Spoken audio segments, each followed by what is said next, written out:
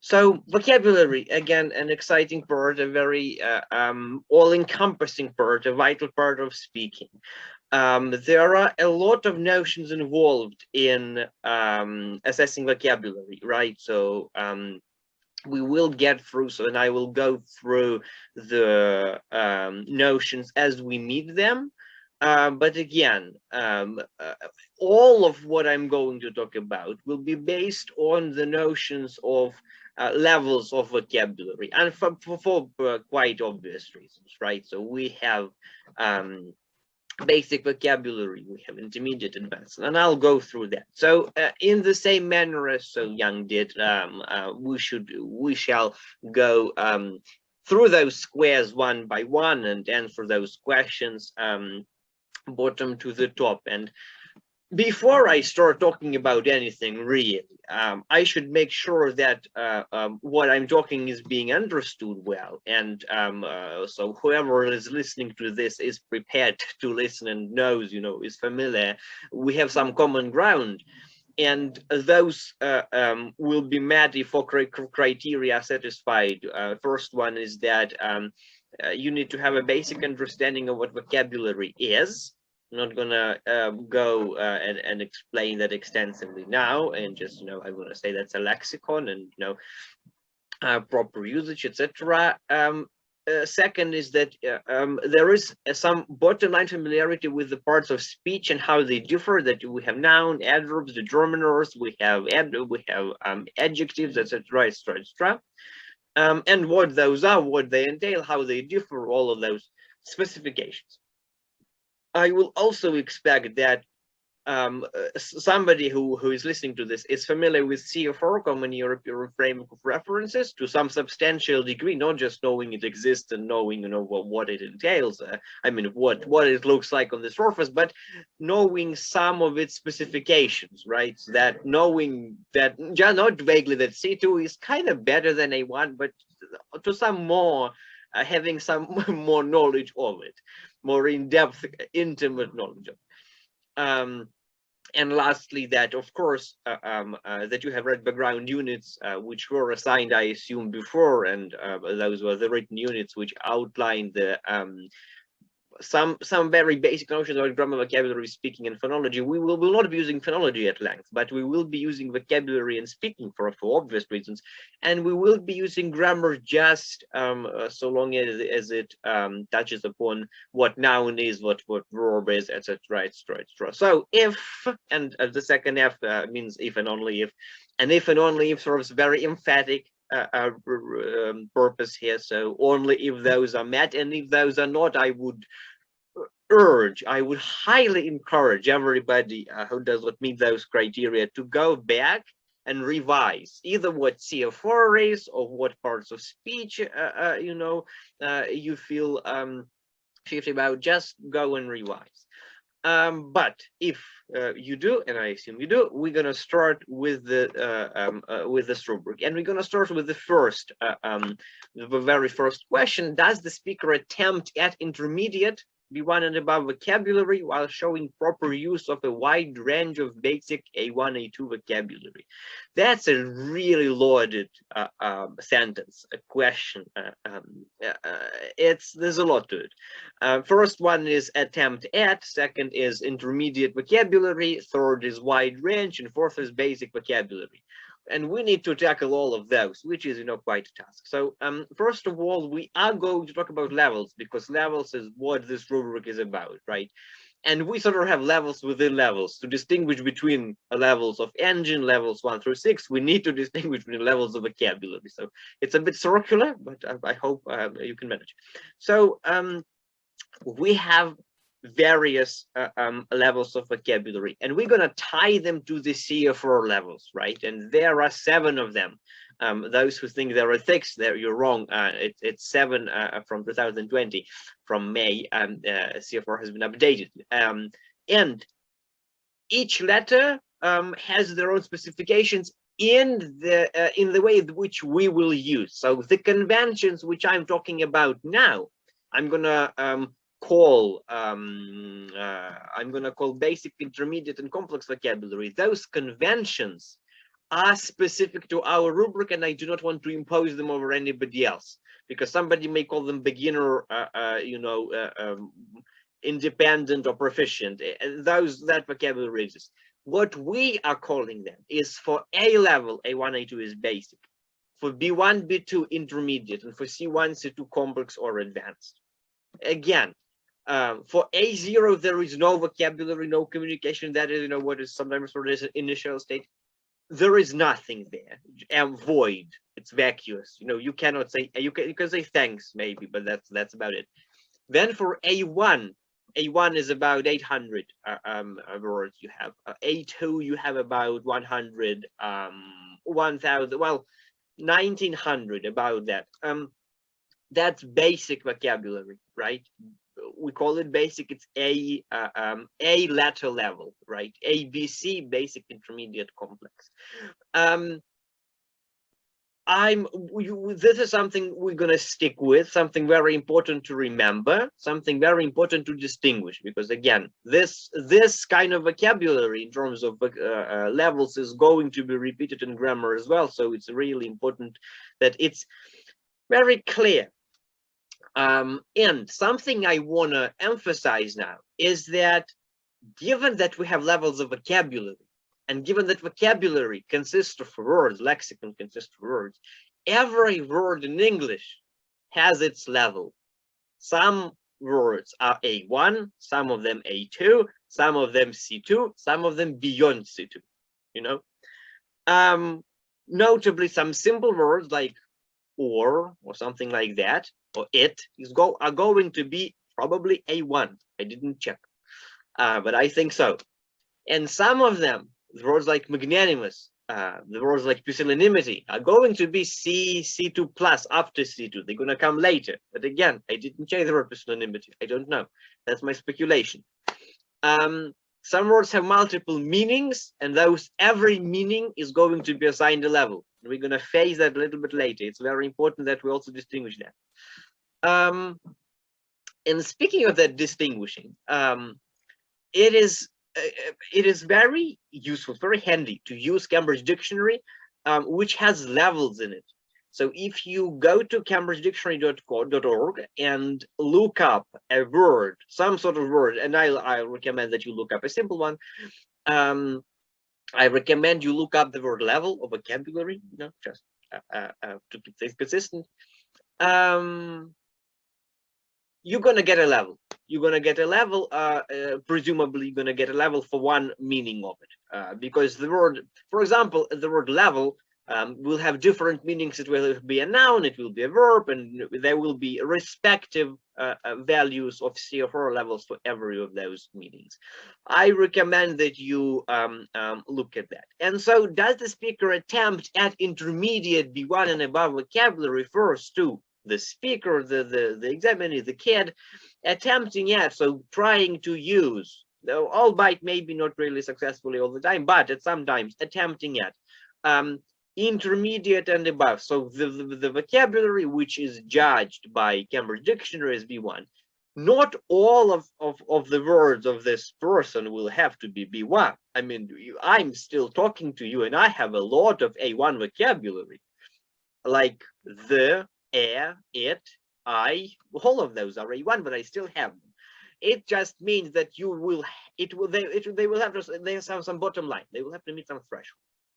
But with that in mind, I'm going to propose a little guess the CFR level game of my own devising. We're going to start it. So the question is the word end. What CFR level is it?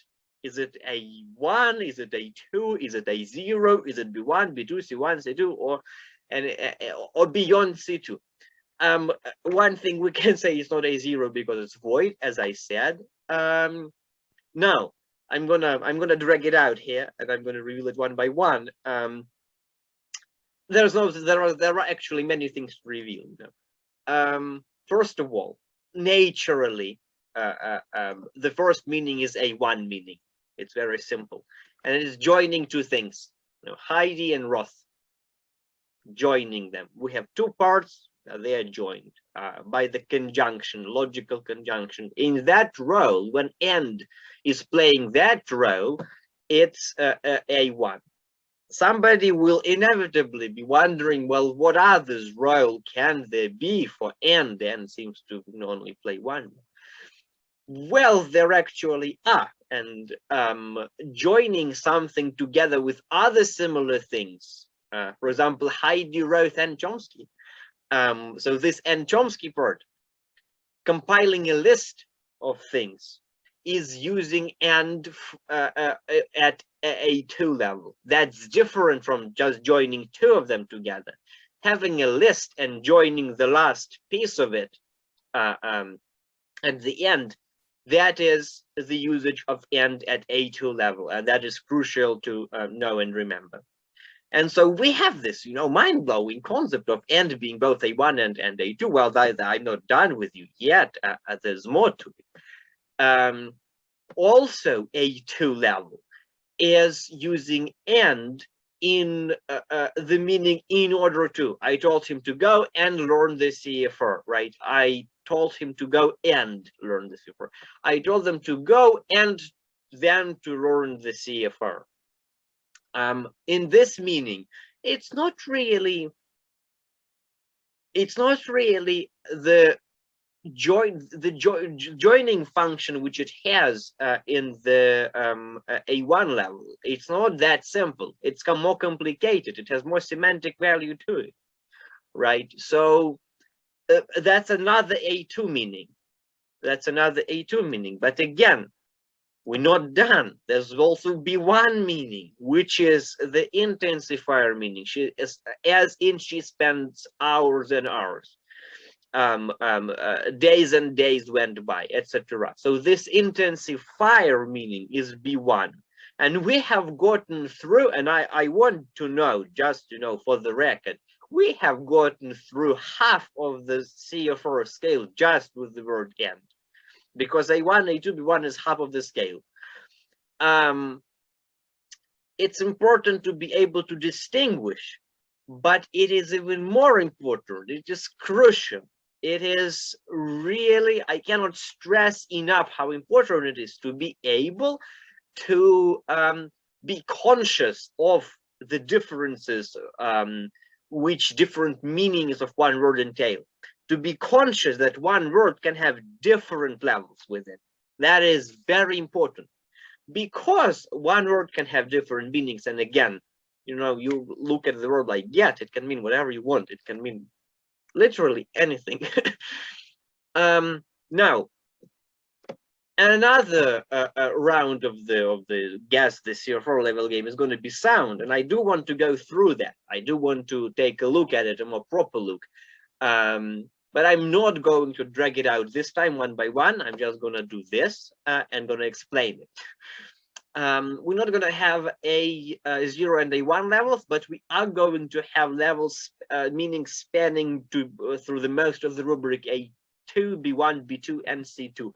Oddly enough, there isn't a C1 meaning. Well, that's Cambridge English. We trust Cambridge English assessment. They say there isn't C1. We say that we believe that there isn't C1. Now to the A2. There are two meanings which the word sound has when it's on A2. The first one is a noun. It's just something you hear. That's the bottom line. That's the simplest meaning you can have. I didn't make a sound. I heard sound, something like that. You using sound as a noun. There's nothing really more plain than that. Another meaning is to sound as sound good, sound interesting, sound strange. You using it as a part of a phrase and using it as a verb. So something sounds good, sounds strange, etc., etc. That is also A2. When you just respond sounds good to something, that is A2 level. Okay. Moving up to B1, again, two meanings, both of them phrase. The first one, sound like, sound as if, sound as though. It sounds like, and then you will have a phrase. And that will be probably determined phrase. It sounds like I'm gonna go to the hotel tomorrow, go to school tomorrow. It sounds as if I'm gonna get a dinner tonight, something like that. Using sound in that construction, only in that construction, is B1. Similar thing, using sound in a compound noun, sound effect, spatial effect, visual effect, sound effect. Using it in that compound noun, and again, I hope you know what compound noun is. If you don't, go and Google it. A compound noun sound effect is B1. Moving up, B2, we have another phrasal meaning, verb, and you will generally notice the higher we get, the more phrasal meanings we get, because the language gets more idiomatic, it gets more complex, it has more I guess, S to it, it has more if to it. Then we have sound angry, sound happy, sound rude. You sound angry today, or you sound, I sound rather happy today, I sound rather excited today. That usage of sound is B2.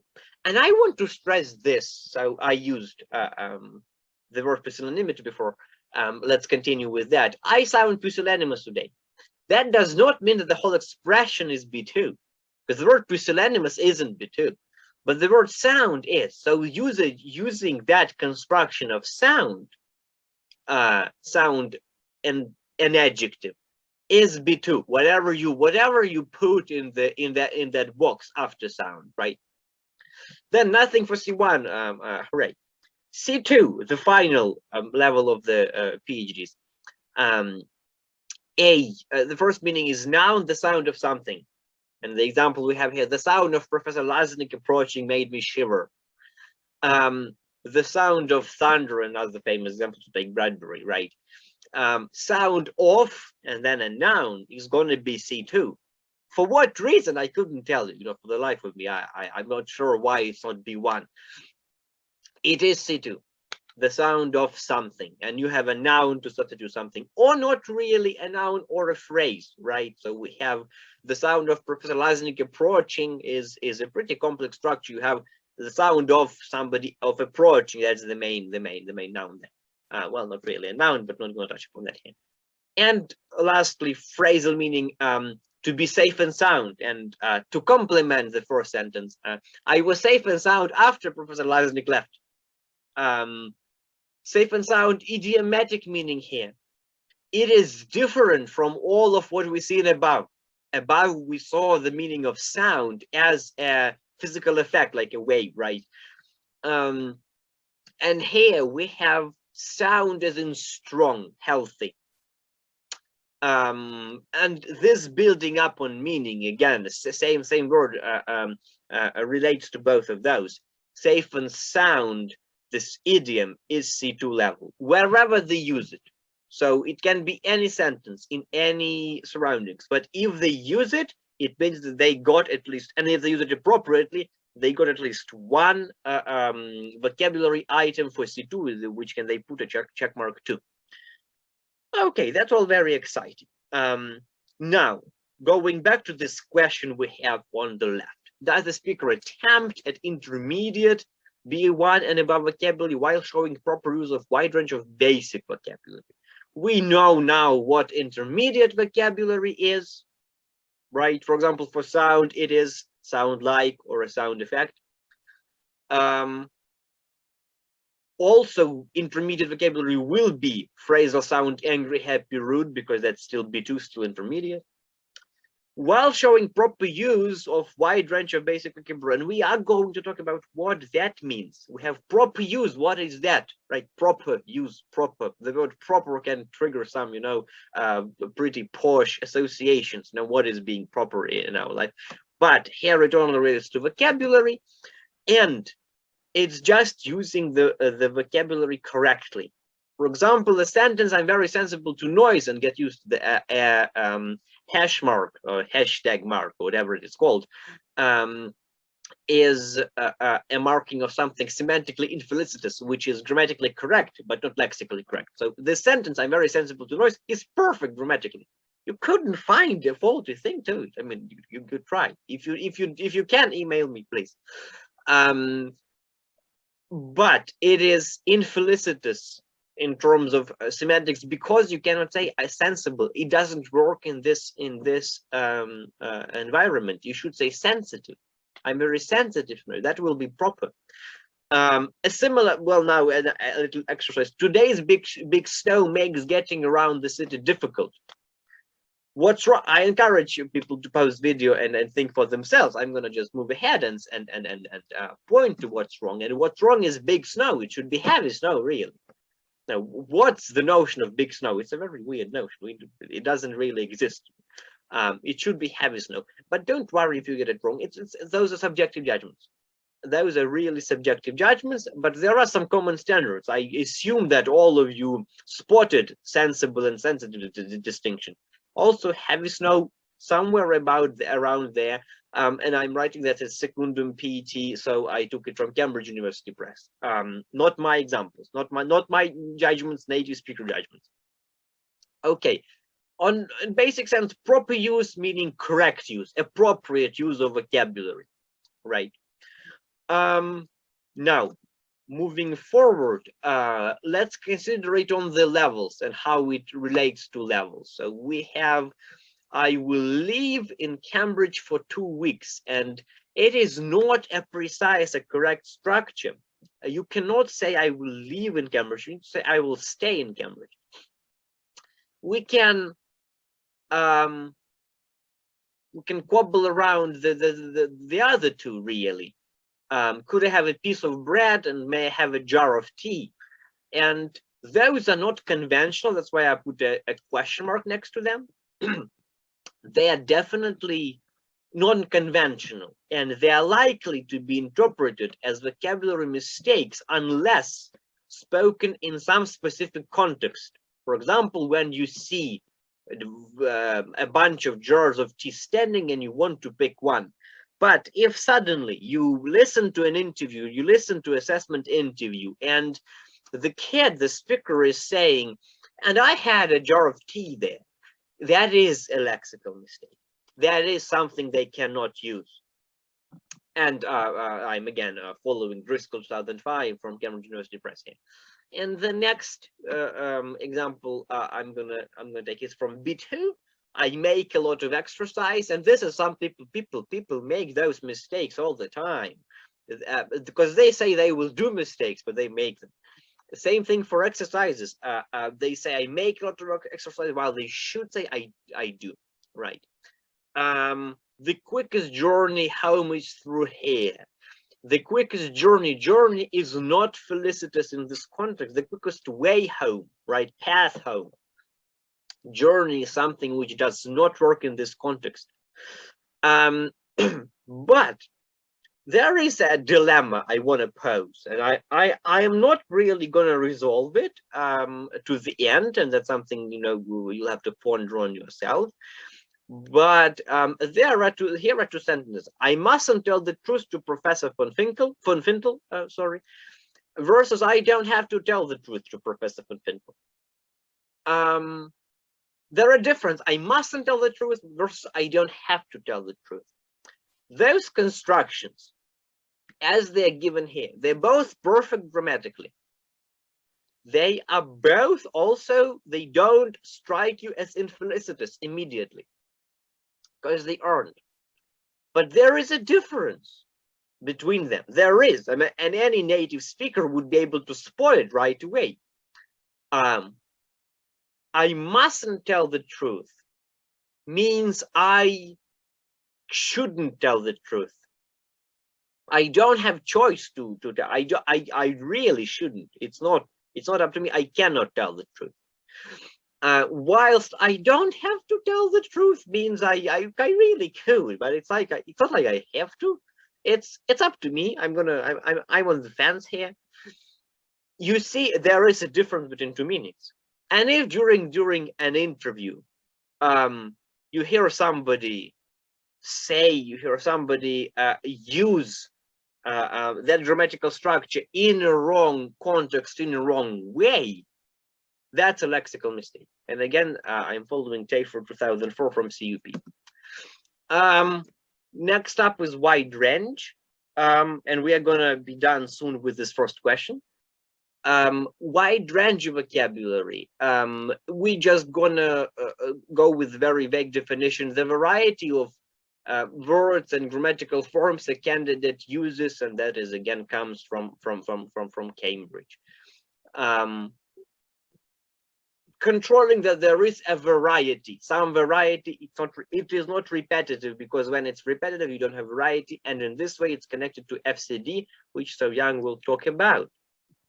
Now, finally, we come back to the rubric and we go below to talk about what is full sentence, right? Do the speakers show proper use of range of basic vocabulary while speaking in full sentences? If they do, it's 2. If they don't, it's 1. And the only question we hear, because we know what the range is, we know what basic vocabulary is. The question is, what is a full sentence? Not a difficult, oh, right, the conditions. There are 3 here, as I mentioned, I almost mentioned here it before. We have proper use, appropriate use, correct use. We have a range of basic vocabulary. We have full sentences, and your word yes, so you will give it 2 only if and only if all 3 are met. Not 1 of the 3, not 2 of the 3, not 2.5 of the 3, not 2.8 of the 3, but all 3 of them, right? Full sentences now, right? No, I'm not gonna. Well, I'm gonna tell you what full sentence is, and I'm gonna repeat it in grammar. Having a subject and predicate, very basic, but bottom line thing. Going up, does the speaker use a wide range of intermediate and complex vocabulary using synonyms / paraphrasing to avoid repetition? We have and, right, the conjunction. We have conditions here. We know those conditions. The question we have here, we know wide range, intermediate, complex, right? We know that. How very nice. We don't know what is using synonyms and paraphrasing. Well, even if you think you do know what is using synonyms or paraphrasing, I bet you don't know the difference between the 2. So we are going to talk about that. Paraphrasing. And synonyms. Well, I'm just an umbrella term I use. We have the word inveigle, which is a lovely word. I love it. And it has a lot of synonyms. I noticed over the years it has lots of synonyms, and I'm gonna put some of them here. Woo, cajole, coax, beguile, persuade, lure, entice, seduce, lure, and blandish. All of those things mean roughly the same thing as inveigle. Roughly, not saying they're the same. And this difference here conveys this very actually plain distinction between synonyms and paraphrasing. It is better seen with the word enchant, though, which also is similar to inveigle. We have enchant or disenchant, enchanting, for example, using prefixes and affixes, right? Enchanter, er is a suffix, an affix, and disenchant is the negative prefix. So synonyms are at the top, and those are the words with similar meaning, but not the same sort of composition, not the same root, not the same stem, we call it, right? And paraphrasing is using the same stem, but with different versions of it, right? For example, for a verb, the bottom line here is actually the stem is to chant. And we have enchant and enchantment, enchanter, disenchant, enchanting, enchanted. All of those things are paraphrases. And so when you hear a person and that person is using different forms of one word, it means they are paraphrasing. It doesn't mean that they are repeating themselves again and again and again. If they talk about writing, then about writers, then about having written something, they talk about different things. It is paraphrasing. It is not synonymia, but it is paraphrasing. And that is something we should bear in mind, because very often the distinction gets lost and you think that, oh, well, paraphrasing is same as synonyms. It's not, at least for our purposes. It's okay. We got that far. We have a very little bit to go. Does the speaker make several successful, appropriate, and accurate attempts at complex vocabulary while demonstrating good control in usage of intermediate vocabulary? That's a handful, right there. Big handful. We have conditions again. We have several successful attempts, which means several instances of appropriate and accurate usage, attempts at complex vocabulary. They use it appropriately. Appropriate, accurate, more or less the same. Not drawing difference here, there, right now, right? And second condition, they do use intermediate vocabulary. They have control over it, right? They have control over it, means they make almost no mistakes there. They persuaded you that they can use it, which means they don't make basic mistakes in the word sound effect. They don't say sound, whatever, sound cloud, whatever it is. Sound cloud, they might say, well, you get the point. They don't make mistakes with those kinds of constructions. And the word yes, you say that it is, after all, 4 and not 3. If both, if and only if, can stress enough, if with double F. A plus B can stress the conjunction enough if both of those criteria are met. Well, both of those criteria are but whatever, are met. Now, moving on to the very last point here, when at least on the rubric, when errors do occur, they mainly occur when the speaker is using complex vocabulary.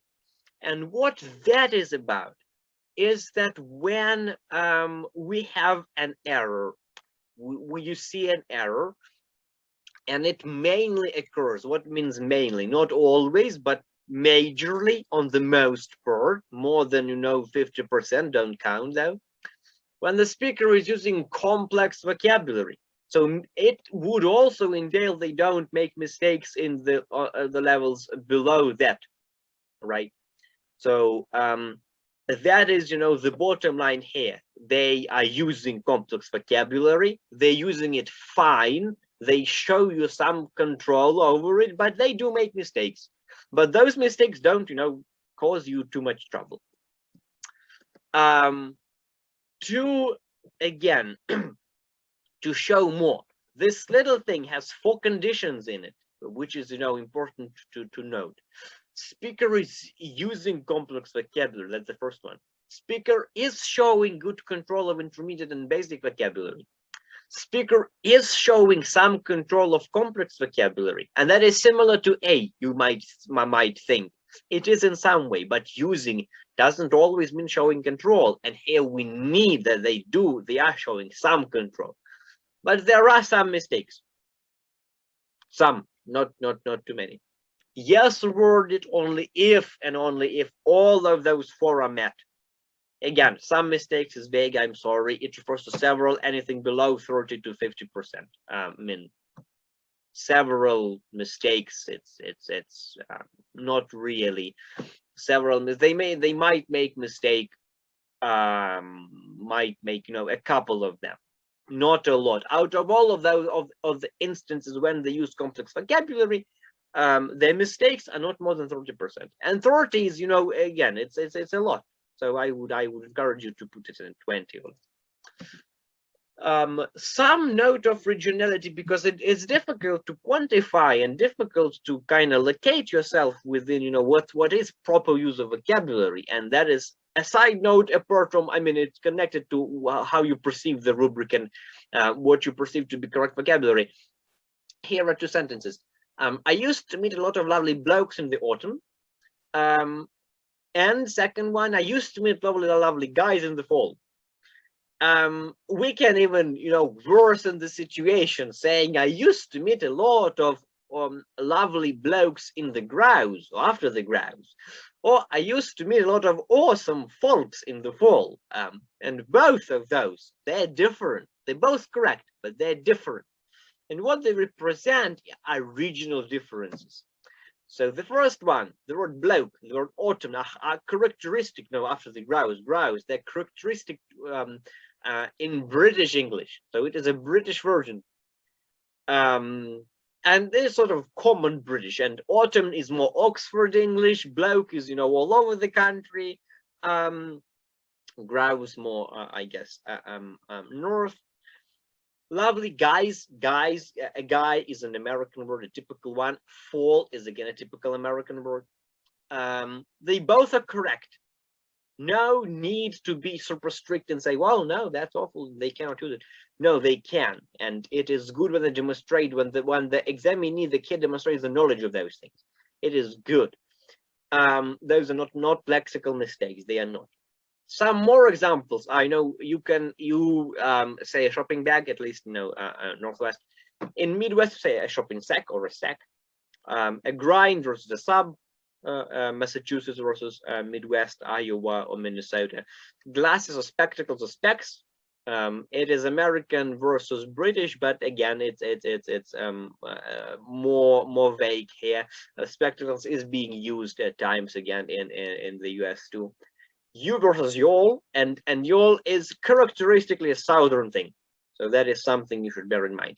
Those regional differences are not a sufficient ground to penalize students. They never are. They never are. I emphasize that. Finally, there are plenty of resources to establish the level of a vocabulary item. If you don't know, you're not sure what the word, what the level of the word grouse is. You never heard about it. There is EVP, which is English Vocabulary Profile. It's by Cambridge English. It is available, evp. I think it's evp.com or something along those lines. Google English Vocabulary Profile or just EVP. It will show up. Cambridge Dictionary, I showed it before. Some notes, something I will not ever be able to stress enough. Something which I will repeat over and over again. Something which you will face. And if you won't, may God have mercy on you. ENGin SSPA is under no circumstances, and is under no way reflective of or corresponding to the CFR, right? We do not aim. There are 6 in ENGin, 6 levels, and there are 7 levels in CFR. And ENGin, I will let on a little secret. ENGin levels do not correspond to A0 through B2 or whatever it is with the 6. They do not correspond to A1 to C1. They do not correspond to any of that. They stand on their own, between levels, sort of. They don't correspond. They never do. We don't map. That is a very incorrect way to think about it. But when you see the questions about vocabulary, you do think about CFR levels. Sharp distinction. Now, there are complications from it, and complications from assuming we have some correspondence, and that is you misjudge. You simply evaluate in a wrong, inconsistent way, and that's the last thing we want. Right, So Young? Yes. Okay. Do you have, feel free to jump in with any comments, and otherwise I think I'm done with vocabulary. And again, with questions, please email me. There's an email address below, but other than that, again, everybody should feel free to, should have some bottom line understanding of vocabulary by this.